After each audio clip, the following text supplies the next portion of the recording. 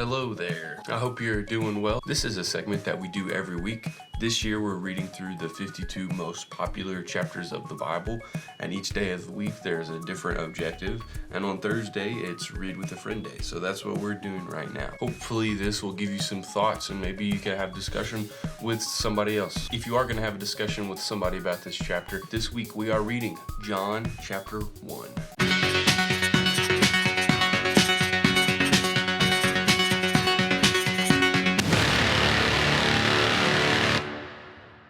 Oh, and check out the hat. If you ordered one, you should be getting it very soon, or a shirt as well. Thank you for supporting the camp. So, video games are cool, right? Especially if you are really good at said video game.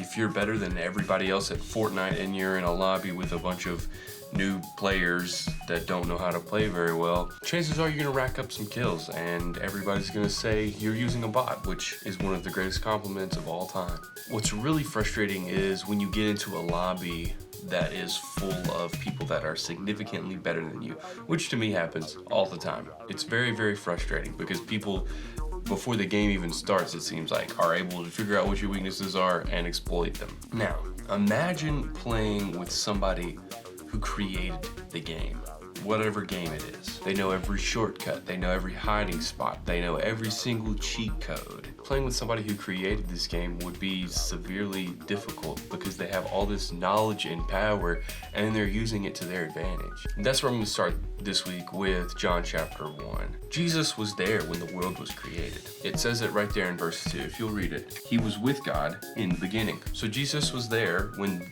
the game was created. Also, you just lost the game if you know what the game is. Jesus was the designer. He knows everything that has happened. He was there when they had the Babel glitch and the language settings got all messed up. He was there when they did the flood update. That update took 40 days to download. He was there when Samson recorded the longest kill streak of all time in a single match. He was there when the Israelites found out that cheat code where if they walked around Jericho 7 times, the walls would fall down. Jesus saw it all happen. He was a part of it all.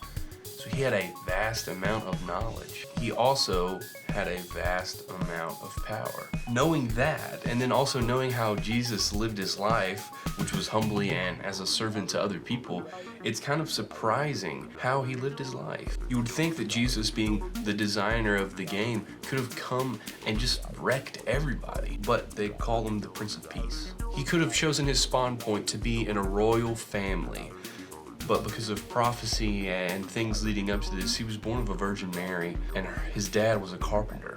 He could have chose to hang out with the coolest kids on the block, but he chose to hang out with fishermen and sinners. Jesus did crazy things considering where he came from. See, Jesus had knowledge and power just like that video game designer had knowledge and power about their game.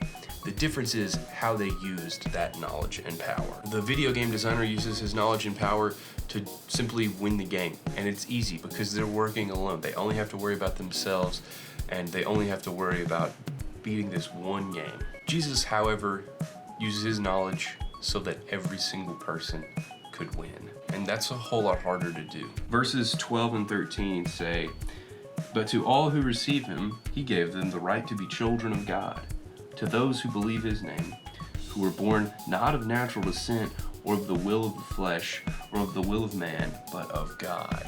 Every single person has a birthright to be a son of God, or a child of God. I think that is amazing.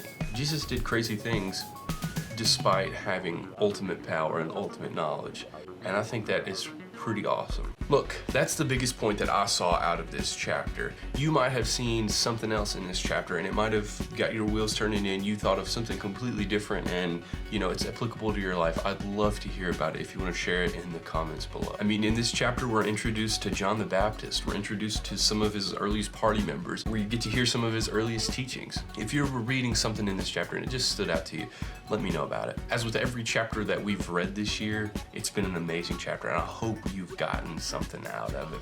I look forward to seeing you soon.